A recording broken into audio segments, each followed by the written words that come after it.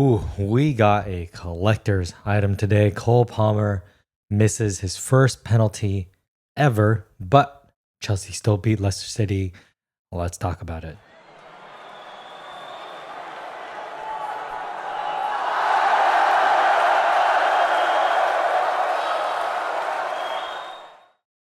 All right, everyone, welcome back to American Blues Podcast. Let's start with Leicester City versus Chelsea. We won 1-0.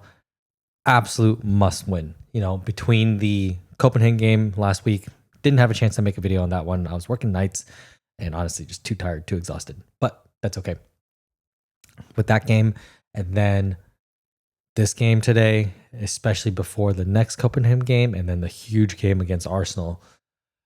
Yeah, this game against Leicester City, who are battling relegation on their own, absolute must win. There was no reason we should not have left with all 3 points.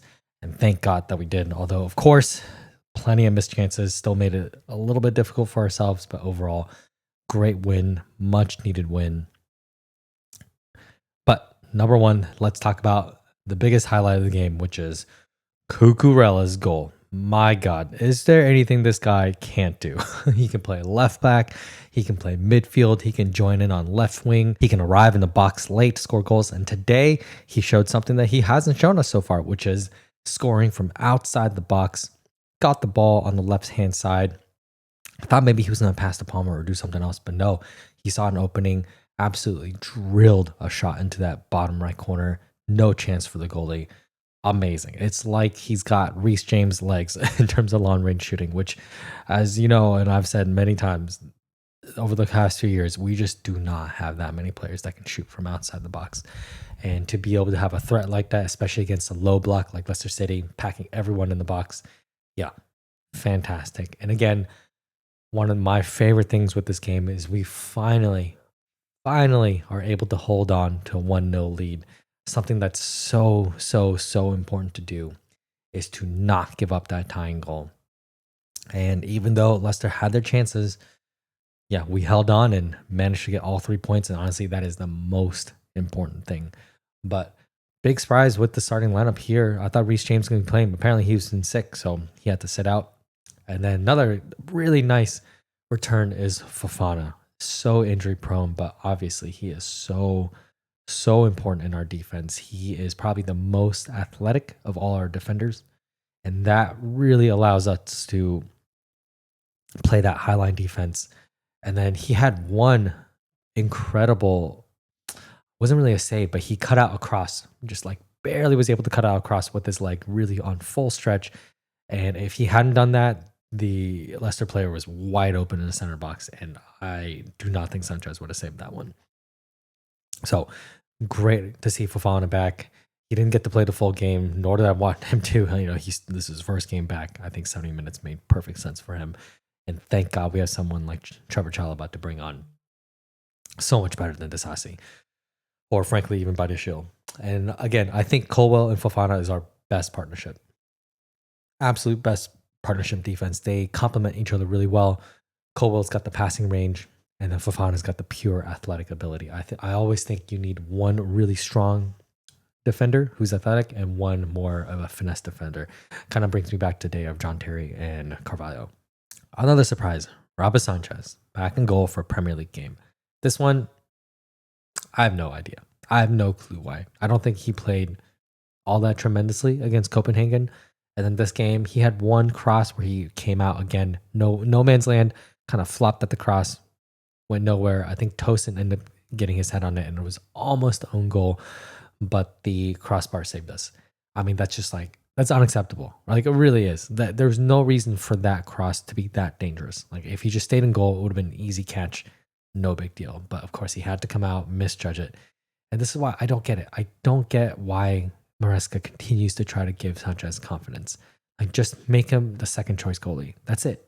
Like we did with Petrovic last season. Just make him the second choice goalie. Even though Jorgensen, yes, has his moments, he's not the most confidence-inspiring goalie either. But you know what? I would still 100 out of 100 like to see Jorgensen in goal than Sanchez. So, but yeah, that's my weekly rant on Sanchez. It's done. He didn't make any mistakes today that at least led up to a goal. So I suppose that's better than his average. And then another big talking point is Cole Palmer. Everyone's been talking about Cole Palmer. He hasn't scored in this many games, no assists in this many games. He does look a little bit lost on the field. His touches aren't there. He's just not crisp. Like his runs aren't there. He's clearly a player with extremely low confidence right now. And Maresca gave a pretty good reason in the post-match conference. He said he was playing with a fever and he had diarrhea, but he wanted to play and help the team so badly that Maresca said, "So be it. Join." And I have to give him credit for that. If that reporting is actually true, because I know sometimes managers like to protect their players and make up stories, but if that story is true, then that shows a lot of character on Cole Palmer's part.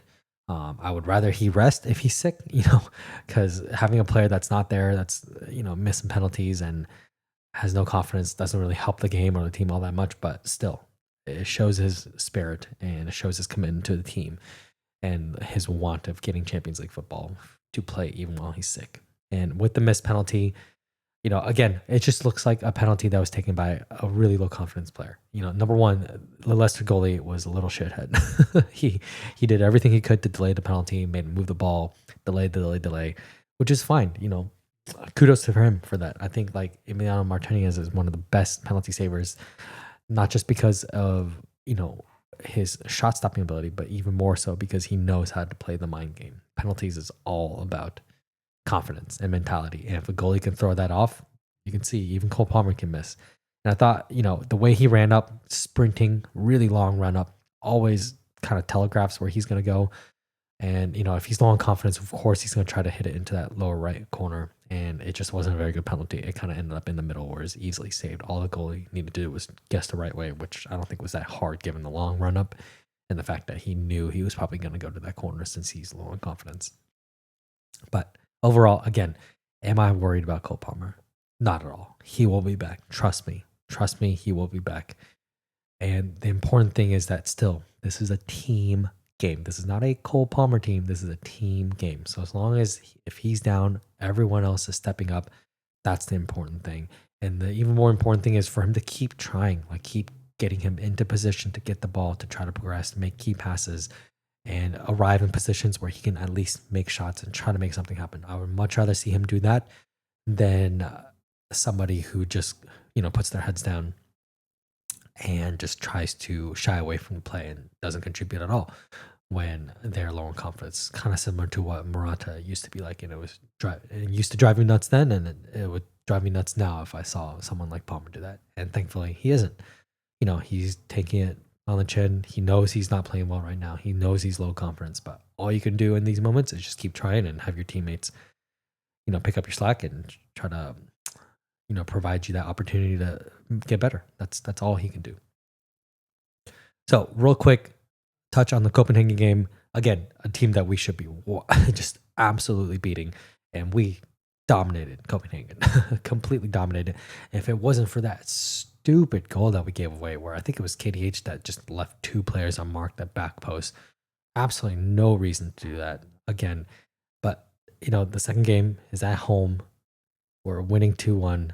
There should be no reason we're not progressing, and we should be progressing the round after that, and the round after that, and then winning the Conference League. So one thing I do want to say about the Copenhagen game was the first half was just absolutely atrocious. Oh my God.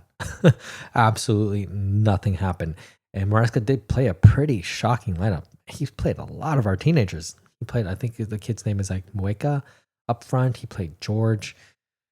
Yeah, it was just really, really surprising that how many kids were playing. And then you could see, like, we just had not a single person making a run in that final third.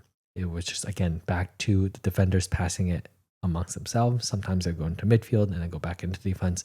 And that's because nobody's making runs. Nobody's trying to drag people out of position. And if we play like that against Copenhagen, it's going to be horrendous to watch. So thankfully, the second half did get much better. But still, I do not want to see another first half like that ever. I don't care what competition it is. I don't care who's playing. Like, we must be better. Next huge game against Arsenal. I will be in London at the time. So hopefully, we will see how things shake out. Maybe if we get lucky, we'll get a chance to go to the game. But again, just to be there, if I'm just watching the game at a pub, that's more than enough for me. just to see the vibe and the atmosphere there. Can't wait. And of course, taking the family over to Stamford Bridge, doing the tour, which I've done a couple times before, but I love it every single time. And then of course trying to pick up some new stuff from the mega store. So that should be fun. Can't wait. Probably will not be making a video for that since I'll be on vacation and I do not want to be recording or editing on vacation. I just want to be enjoying my time there. So can't wait to see everybody after the break.